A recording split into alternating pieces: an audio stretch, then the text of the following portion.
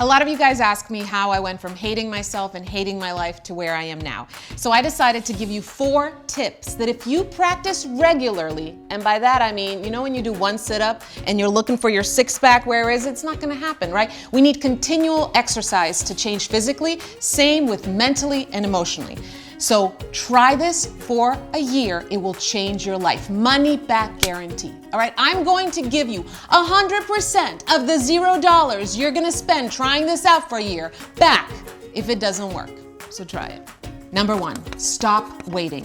So many of you are dying waiting for this or that to happen before you go after that dream you have, before you feel joy, before you take that next necessary step. For those of you that read my book, you know my Wednesday night dinner story. It's too long to get into now.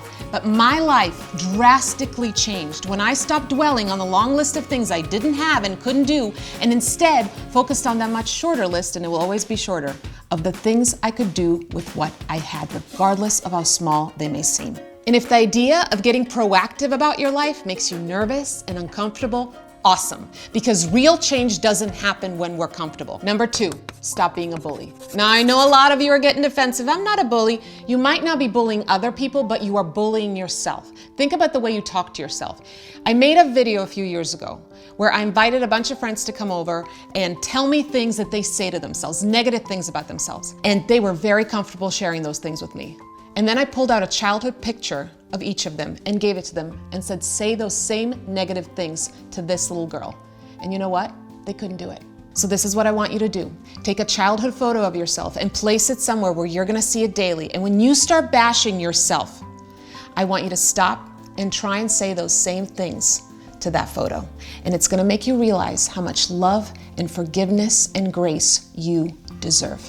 Number 3, pay attention. Life is hard and it's overwhelming, and we all get into the rut of just going through the motions. I want you to spend this next year really paying attention to what angers you, to what makes you anxious, what makes you excited, what makes you feel alive. Maybe even grab your phone and start writing it down. Every time you have a really strong emotional reaction to something, write it down. And then look for the common denominator. It might help you tap into something that you need to work through in therapy, but it also might help you discover what you're passionate about and what your purpose is. Number 4, start a to-do list. Now I know a lot of you got a long day, you finally get in bed, and then what do? You start listing all the things you did wrong, all the situations you handled badly, all the things you didn't get done on your to-do list. So instead, I want you to start a to-do list. Now I realize that a to-do list might sound silly, but you need to break the habit of constantly listing the negative. So I want you to start listing your accomplishments, even if they seem tiny. I sent that email, I ran that errand, I shaved both my armpits, whatever. I've told you guys a million times, and I'm gonna keep telling you, more credit than criticism and more grace than judgment. It will help you like yourself more, it will help you sleep better. Life's hard stuff feels a little less hard when you're not so hard on yourself. Now listen, you will screw up in life, big time. That's just human. I'm not telling you to ignore the mistakes you make or pretend they weren't made, but there is a big difference between beating yourself up and holding yourself accountable. Beating yourself up leaves you stuck because feeling like a loser has never helped anyone thrive in life. Holding yourself accountable, owning up to your mistake, remedying it, that will build your confidence and propel you forward. Now listen, I'm well aware that a lot of you listening to those 4 points are thinking, easier said than done. Yeah, no kidding. Everything in life is easier said than done. Let's make this next year the year we stop saying easier said than done.